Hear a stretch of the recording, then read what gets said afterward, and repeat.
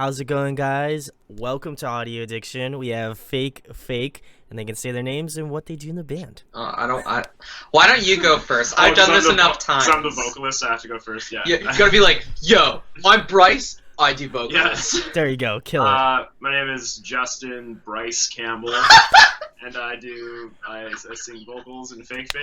Your name would be Bryce. Yeah. I sing vocals. It said sing vocals, but yeah, I am the vocalist of Fake. I am Charlotte Hines, and I play the cool keyboards and the drum machine and the guitar in Fake. And this is my third time on Audio Addiction, but before I was a boy, but now I am not. Yeah, that was the. Yeah, we'll get into that. We'll get into that. Major story arc between seasons. I know this is like the episode 3 of Star Wars right now. Yeah. Mm-hmm. Lots happened. Lots happened. I feel like Charlotte has turned to the dark side, so I mean, I feel like it's very fitting. So yeah, she's wearing Motorhead shirts. So I know, right? And I'm wearing some weeaboo shit, So let's go. But anyway, I guess we could talk about like the rebrand, because I know that the last time Charlotte and I talked, we were Vultry at the time, and now we are Fake. So how's the transition been with that musically? And just like how have things been, the reception been of like the new music and things of that nature? So I basically just started an entirely new project. New brand. Okay. Yeah. I met Justin right around the time Vultry was breaking up, and we just sort of hung out, and we had a lot of similar musical interests at the time. Like, he's really into the same kind of like R&B and hip hop that I'm into. So we were just talking, and like I showed him a few demos that I had on my computer of just some like stuff I was writing, and Justin was really into it and decided, hey, maybe we should make a thing out of this. And now we released our first single in May, and it went off without a hitch. It was good. It's got 100,000 plays on Spotify now, so that's super exciting. Yeah, it was super good. Like, very well received. We actually met, like, our bands played together. I was in a synth pop group, which was a bit heavier, but still, very poppy and dancey. And I had heard of Vultry for years, but I'd never played a show with Charlotte up until that point. And we just met up to talk about music, but I had absolutely no idea she was a producer and also producing stuff that I would want to work with. So it was a good little match. That's awesome. It almost sounds made up. It's like, we just met to talk music, and both of our bands kind of just fell apart, and then it was like, hey, check this out. It was literally like laptop, like not even prep, just like working on an Ableton set when he walks in. It's just like, oh, listen to this. And then press the play button. Yeah, that's magic. And magic happened. But that's really cool. I think, whenever I have bands on that everything kind of like flows really smoothly, you can really hear like that. And I love this single. I thought it was really cool. I mean, obviously, I still have a lot of love for Vultry, rest in peace. But like at the same point, I feel like musically, it's always cool to see like Charlotte, because we've been friends for such a long time, like grow musically and try something different. And I know for myself this year I've been trying to go through like a lot of different artists and like try to delve into like more like, I wouldn't even say obscure pop music, but definitely something that's not in my personal wheelhouse. And so when I listened to the track last year, I was like, yeah, I could get into this for sure. So cool. Yeah, I think like everything went so fast, and we were just like working on music so intently that I don't think I really knew how well it was going to be received. I liked the track, and I like from the get-go, but it changed a lot from when we first started it, and like it wasn't actually a single really idea at first, and then it was just slowly like, oh shit, this has to be the single. Like everything kind of lined up. It was like, oh, it's like 3 minutes and 30 seconds, and like, oh, it starts right away with no intro, and then like has a lot of repetition that we didn't really plan, but it's just like how it worked out. So I don't know. I think it was a good move. Obviously, like people have been really really latching onto it and being really supportive of our second single and just the project in general. So awesome. I guess my next thing would be, I guess more so for Justin, but like, I guess who are you influenced by now? I know that I've asked Charlotte a few times, and it's always been different, and I know that we bonded over our love of Passcode. Shouts to them. Yeah. But like, I guess, who do you draw from now more specifically, and then obviously Justin, who do you draw from musically? Yeah. You want to go first? No, you please, Okay, please. Yeah, I think actually this year I've never discovered so much music, especially in like R&B and like modern sort of soul stuff as I did this year. So I've always really been influenced by like more modern acts that are, you know, you can hear their influences, but they've completely kind of made it their own. And it goes across a lot of genres. Like I listen to like a lot of like post-hardcore and also like or like techie, so like prog rock stuff. But also, Nice. but I've always been into, you know, like R&B and like a lot of like house music as well. Just pretty much anything with like really strong melody. I gravitate towards. So I'd say like Unknown Mortal Orchestra has been a huge one. Nice. For the last like 2 years or so. I also got really into like on the opposite side, the War on Drugs.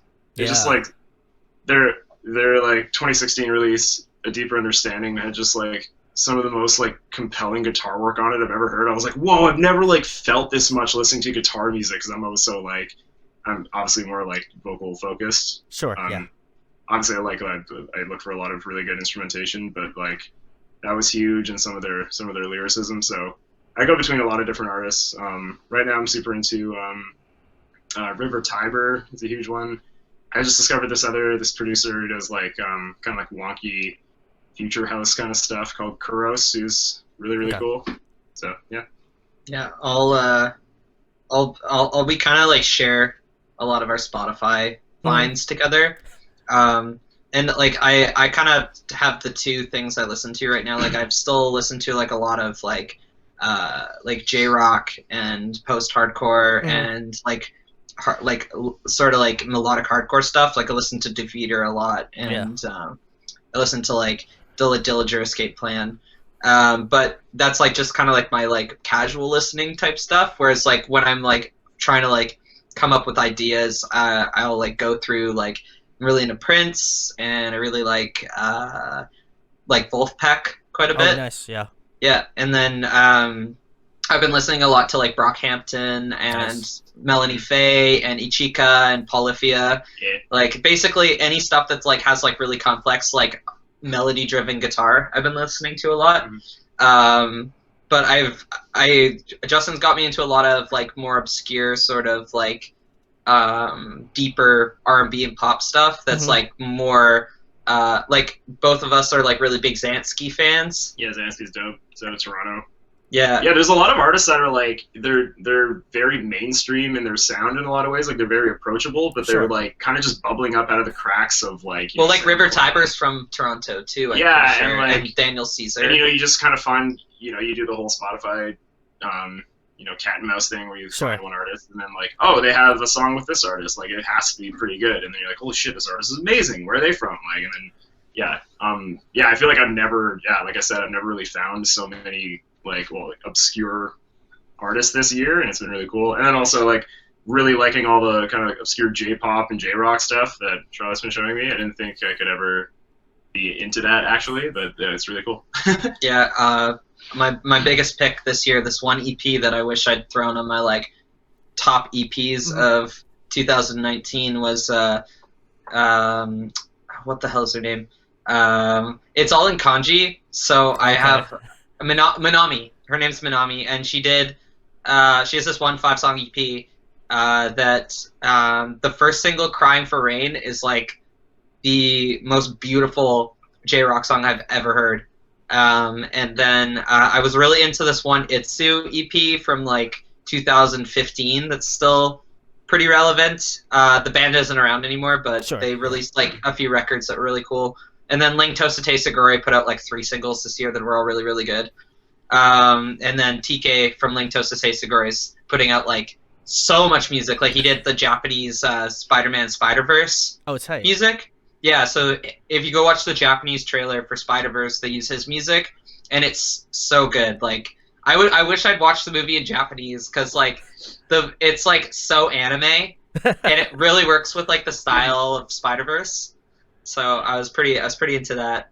Yeah, Charlotte showed me Ling for the first time, and I was like, "Oh my god, this is like Japanese at the drive-in. Like, what the hell? Yeah. Why didn't I find this before?" And then I'm like, wow, I guess yeah, I didn't think I could discover bands from like a genre I'd never heard of that I actually might like from years and years ago, like 2006 and stuff. Like, it's pretty cool. So, I also feel like it's so much easier to find music now because of like Spotify and stuff, and how they kind of like, I guess, like even for the more obscure things, they like have this algorithm where they like find bands that you might be interested in. And I feel like a good majority of the time I'm like, yeah, I enjoy these bands, or I've heard of them, but every once in a while I get a band that I've never heard of, and I'm yeah, like, wow, totally. this is really sick. So Yeah. I feel like that's the products of 2019 2020 a little bit. Yeah, it's cool. It's cool for people who, might not be that versed in finding new music, or they just kind of hear whatever's popular, because like they can go to a playlist that has that music on it, but also some gems, and then discover a lot more and just kind of broaden what they're listening to. And that's like actually we found like my old band did was just on some random playlist with this other guy from Pennsylvania, who is like like R&B producer and singer and cool. rapper. And now through that, like years later, he's on our upcoming single, which is super rad. So yeah, so it definitely comes full circle, which is really nice. Yeah, you managed to like find a lot of people that you didn't realize were like really receptive to working online. Yeah. Just because like everybody's like, yeah, let's go for the collab. Like especially with the EDM and the hip hop world, like everybody wants like lots of artists on their Sure. on their EP or on their album, because it like ups the clout of the album, and then also you get like these really interesting musical combinations, and you really get out of the pond that for example, like we exist in. If we reach out to other artists, you get these influences and these other things that really like elevate the track.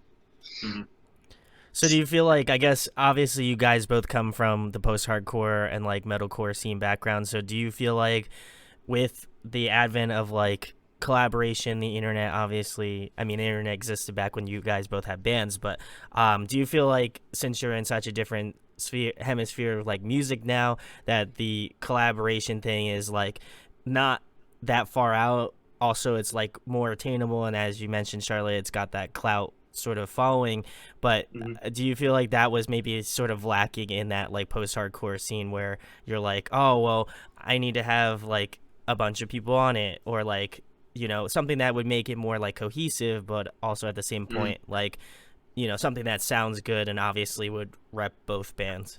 Well, I remember there was like a bunch of metalcore releases from like 2006 onward, where they would get like vocalists from other bands to do guest spots, and then the big one I remember is this like actually from recent times is Don Broco's newest song has like 5 different vocalists on it. It's got the guy from like One OK Rock and Issues Caleb, and Issues, Caleb Shomo, and like I think that's interesting that it kind of has introduced this idea that like it can almost be like the big rap collab, but with like metalcore bands. That's cool. Yeah, like I remember, I grew up with like seeing split EPs between bands, and also and seeing like the compilation albums, which would either just be certain artist songs, or like there was one metal collaboration album from Roadrunner Records which I had, which is like it's kind of cringy, like a lot of it kind of sucks, but they got like they got all the bands from the label to collaborate together, and some of them were like huge, people from like Opeth and like like Sepultura and stuff, and that was super cool. But that felt like a little more label based and like definitely more like unattainable. Where now like you can literally contact someone, you're like, hey, we're literally a related artist from you, like people are both listening to us, like want to do a track, and it makes a lot more sense. And I think it's a little less kind of just industry based, I guess, industry driven. Yeah, I would. It's really cool to see people still doing like split EPs and stuff, though. I've seen a couple of my like. Yeah, one of my favorite ones is the Koji Lattispute split. Yeah, that one's really, really good. Or the Touche Amore Lattisputes, or did they do a split? I'm pretty sure they did a split. I feel like they did. Yeah. Touche Amore. Yeah, I'm pretty sure. But yeah, no, I figured I'd ask about that because obviously that's where you guys have your roots and stuff, and also it's like, you know, in the genre you're in now, I feel like that's something that's, you know, highly popular and stuff like that. Mm-hmm. So Mm-hmm. is there anybody that, like, I guess within the scene that you would like to have on a track? I know that, like, just that might work with your sound or might be kind of maybe more of an off the wall pick. Zansky. Yeah. Oh my Zansky. god. Yeah, Zansky's cool. He's definitely one. I've been contacting a couple producers for like an eventual remix EP because I just love their sounds, and I've had a couple people actually get back to me, and I was like, oh, cool. I mean, we'll see what happens with that. Like, Yeah, the songs are I'd love really to locked work down. with like someone who sort of does the same sort of production style that I do, and sort of see where, you know, what kind of track we could build off of that. There's an artist in Montreal that we're going to be getting on a track eventually, once we write one for her voice, named Maryse. And shout out to Maryse. Shout out Maryse. Maryse, You still suck for being, you know, so good at singing that I almost didn't want to go on after. But yeah, we played a show with her. We played a show with her recently, and yeah, she's spellbinding. Yeah, she's good.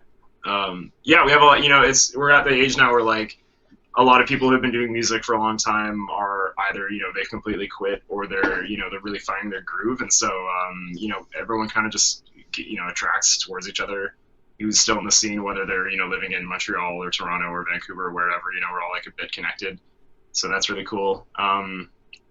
Yeah, I mean, obviously, you want to, you know, probably want to throw out some like big names. Like, I would love Cosmo's Midnight to remix one of our songs, but that's probably not going to happen on this release. But who knows? Yeah, I don't know. I'm still waiting for my, you know, to get, you know, Waka Flocka Flame on a track. Waka Flocka Flame. Yeah, well, he's too busy running for president, I think. That's true. So. You're right. Yeah. That is true. You are correct. Yeah. The next thing, guys, obviously you've been talking some about your new EP that you have in the works. So how has that process been? And I guess, like, what's one that you've kind of considered a favorite that you've worked on so far, or, you know, can divulge, I guess? Oh, yeah. We'll give all the juicy details. Oh, yeah. Yeah, Stand Up For Me was one we tracked. We had like a huge day of shooting our music video and then decided to finish the demo for it, and it was just like at like 2 a.m, and I was like, I don't even know if that was good. I was so tired, and then we look back at it and I'm like, oh wow, this is such a standout. I thought it was going to be like maybe second single territory, but yeah, it's called White Lines, Dark Eyes, and we have this like running joke about the word wild, so I think we're gonna like probably title it that, so it's like, you wild. Know, wild. Yeah, there was a day where Justin was like super sleep deprived after a show, and he was like laying on the bed. And I was like, he was laying on the bed at the place we were staying, and I like convinced him that I'd been secretly trying to get him to say the word wild, like without his consent or his knowledge. Yeah, because I was like, you haven't said wild in like 20 minutes. Like, what's going on? And I was like, walk through the process. This is okay. So it's a 4-step system. It starts off with we introduce the word W. So I started saying wild just out of nowhere, and then we indoctrinate the word, so it becomes a regular part of your language, right? Okay. So like, we're saying it over and over and over again, and I constantly say wild, even when it's not really necessary. Yeah. Then, L, I leave you with the word. So at this point, I was cry laughing, and I was like, "Don't finish this! Like, I can't deal with this." And it was like you leave them with the word, so that they constantly feel like they need to say it. And then D is oh god, I can never remember D. It's on my phone. Hold on. No, it's not on my phone. It's my iPhone, and it's gone. D was dependency. Dependency. They need to hear the word. They need to hear the word. Yeah. So wild. It's literally like cult tactics to teach. Yeah. And it was funny too, because the original lyrics for White Lines, Dark Eyes was White Lines, Dark Lies, and then I was like, well, we have to change it to eyes because then it's wild. So yeah, I don't know. There's a lot of that in our songwriting too. Like there's some like, as with most bands, there's like, you know, a running title, and then it's like, oh, this should be the title of the song, or, you know, vice versa. Yeah. That one's definitely a standout track. We have pretty substantial backlog of stuff we worked on like from the very start of the band, and we've retooled some stuff because we really like the songs, but you know, one was a little more like synth poppy, like very 80s sounding, and another one was like a little more like kind of almost like alt rock in some ways. But yeah, so we're thinking, you know, we're gonna retool them and see how they're fitting on the EP. But we still really love these songs. We have some strong stuff. We've been shopping them live as well, seeing how people dig them, and some songs have definitely done better live than others as well. So we're taking that into account. Yeah, that was very wild. If I could, It's wild. if I could say that in true terms was wild. I don't think I've ever had such a meta moment on Audio Addiction. Me neither. I wasn't ready for it. You took me to another planet. That was quite the experience. I don't even know if I fully comprehend it. But when this video comes out. Well, and Charlotte knows me well enough that you know, I love dumb shit and like really just really dumb, non sequitur. But it's great though. That shouldn't be built on, and I was like, you got me. Yeah. That one. My big thing is I don't like when people like insinuate that I do something that I don't have control over. So when he's just like, you say wild a lot, I'm like, oh. You made a powerful enemy today, my friend. Oh, well, see, here's why. Oh my god, that was great. Oh man, Charlotte's always got the best. We had something else that was funny the last time, so I feel like every time you come on, we have something. Some sort of like funny segment, not on purpose, but just is great. You should probably title this one like fake, you know, wild. They'll just be wild. Interview gone wild. Interview gone wild. Interview, and then I'll put W.I.L.D. wild. Oh man, we're gonna be trending. We're gonna be trending hard. Yeah. Hashtag wild. Let's get it. Mm-hmm. What were you gonna say, Charlotte? Oh, I was gonna say I really hope that you get on the trending on YouTube and you knock down, you know, David, what's his name? David Avocado Wolf? No, the guy who does the party footage. You know who I'm talking about, right? Party footage. Yeah, he only uploads like party footage of him and his friends partying, and they're like all like famous YouTubers. He hangs out with like Josh from like Drake and Josh and stuff. I think it's I know who it is. I know who David it is. something rather. It's, oh man, I know who it is. I know. It doesn't matter. But anyway, yes, well, you know, the Audio Addiction army has to come through and beat the wild trending on Smash YouTube. That like button. But the next question, guys, is a fun one. If there was one album that you wished that you wrote, what album would it be? Oh man, Brockhampton's Ginger.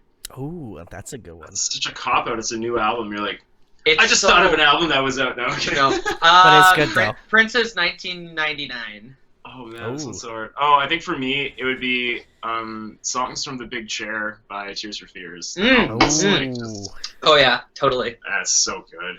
God, that's so good. Or just because it's so iconic,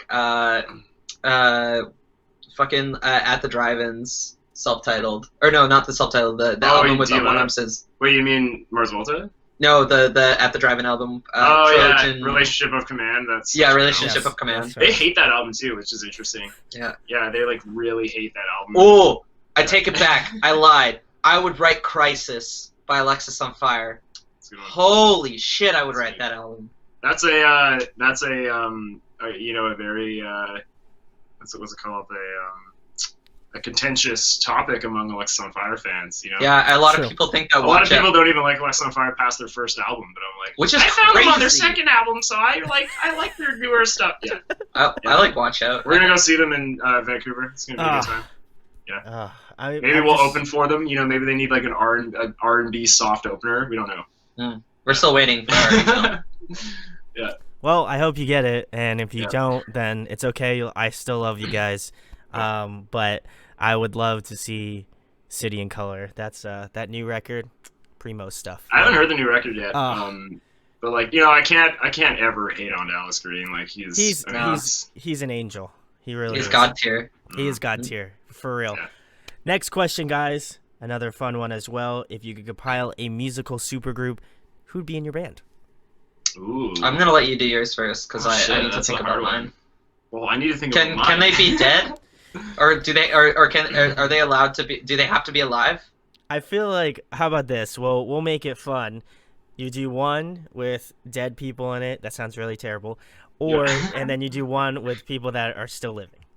Okay. Okay. Okay. My dead boy supergroup would have to. I feel like I want David Bowie to be in it, but I don't want him on vocals. Like I want him on drums or something. Oh yeah. So I want Bowie on drums. Nice. I want oh god, so many dead people. Oh, I got my dead one. Yeah. It would be Jay Dilla on drums. Okay. He'll bring the beats on his MPC. That's a good one. Prince overseeing production. Nice. He's like on the staff. He's right? just there sitting there. And then Just there. it's all rap battles between Biggie Smalls and Tupac Shakur.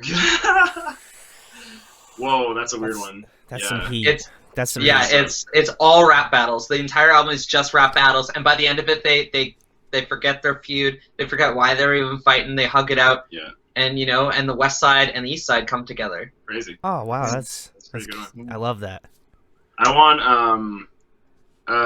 it's gonna come off sounding bad, but I want Juice WRLD, and Juice WRLD, all just collaborating. Just And they're all and they're all playing like old like skitter scatter R&B from like the Beatles era. Okay. Yeah. All right. I Okay. want to see that. All right. For my alive band, I would get the drummer from Polyphia on drums. I would get Melanie Faye on guitar. Mm-hmm. I would get what's his name? Kevin Abstract on vocals from Brockhampton. Mm-hmm. And on bass, I would have. I don't want to say Clay Gober because I feel like that'll be a cop out. Sky Accord from Issues. Nice. Yes. I would have him on bass because I don't have a bass player picked out, and I'm not going to pick Flea because that's lame.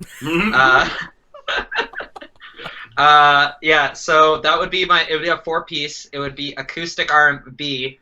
Melanie Faye would be bringing those beautiful guitar riffs. And then it opens up for like features, from like Chica and other people, right? Yeah. And then Kevin Abstract would be, talking about the things he talks about in his records. And then we'd have some technical drumming for those proggy fans. Cool. And then and then I don't know, Skycord play some bass riffs. Oof. I think I wanna make a band that they might actually do something because people are just gonna get so bored of music in 2020, 21 that there's just gonna be some wacko supergroup. Hell yeah. I think I would get I want Trent Reznor on production and guitar, and then I want Anderson .Paak on drums and vocals. Nice. Okay. Yeah. Okay. Wild. This is out here. This is out here. Yeah, and then I want Yngwie Malmsteen on lead guitar. Okay, this is ripping already. I'm feeling it. I'm feeling the Yeah, vibes. The vibes. And then who do I want on vocals? Oh, I want someone really weird on vocals. I want like Ninja from The Antwoord. Oh, Jesus. I want to see what that way would be. And between, because you have Andy Pack who can actually sing and rap, very well. You have a very classy tier, but then you also have Trent Reznor bringing the goth. Yeah, you have Trent Reznor bringing the goth, and then you have Ninja who's just he's who he is, and see what happens with that. And then Yngwie Malmsteen just plays shred over. Oh yeah, Yngwie is just there. I don't know. Great collab. I love it. That would sound awful. Holy shit, that would sound bad. Would it be the worst band ever? Yeah, I don't know. Literal wild. It's wild. It is wild. It is wild. I feel that's the name of their band. I feel that's you the gotta name of the leave band. them with the band. You gotta indoctrinate them with the band. And you gotta. Leave was L. I already no, said so we introduce the band. Then we indoctrinate them with the band. Leave them with the band. And then people start to think, you know what? I need more of this band. And they're dependent on the band. Yeah. And you know what this band is called? They're called Wild. Killed him. Yeah, he's dead. Sweet. I'm straight. Nah, this is. Wait till you see our music video. Is it just gonna be random things of wild, like the word wild, just gonna randomly. It's like, pretty good. It's, let's just say it's very familiar, but very different. That's the most fake thing I've ever heard anyone say. Well, I mean, your band is fake, so Yeah. Yeah, we're playing into the whole thing. And as this interview comes full circle, tell them about your band, where they can find you out on the social media, and what you got going on in the next couple months. Yeah, you can find us on at Fake Sounds across Twitter, Instagram, and Facebook. We just joined TikTok, but I only have one video up there where I just like Metallica's going on in the background. So we're gonna get more into TikTok. But TikTok is at Fake Sounds as well. Just get in there early, and then we're gonna have a bunch of Metallica-based stuff. Probably. You know what? We're gonna do it now. We're gonna do it right now. As you guys finish out on your thing, I will go give you a follow on TikTok. Cool, that sounds good. And then about our Spotify. plans, Spotify, we're just Apple Music. Apple Music. We're on all the things. So we're probably on Napster as well, or whatever. Yeah, I don't know. As for our plans, though, we have our third single coming out in late January, early February, called "Disposable Love," and it's gonna be our first full-length music video. It's gonna have a bunch of tricks. It's gonna have a bunch of flair. A lot of pizzazz. It's also gonna be featuring our boy in Pennsylvania, who I didn't mention earlier. His name is Josh Allen. Go check him out on the Spotify. Get his streams up. Mm-hmm. Josh, That come boy's on. super talented. Yeah, and then we'll be releasing an EP, hopefully April, May. Yeah. And then it's gonna be a good old time. Indeed. Yeah. You might even see us across the water, playing some things. But that's not for me to say yet. I mean, you said it though. I'm being really mysterious in this last 5 minutes. Yeah, you've been really vague. Yeah, I know. Well, that's what you gotta do. Ugh. But for the internet. But you know clout. what, Brandon, I have to ask before we go. Sure. How are you doing? Dude, well, How are you first, doing? Most people will check out this video hopefully after the fact, but I think this video will go out roughly around the time that I'll be posting about it.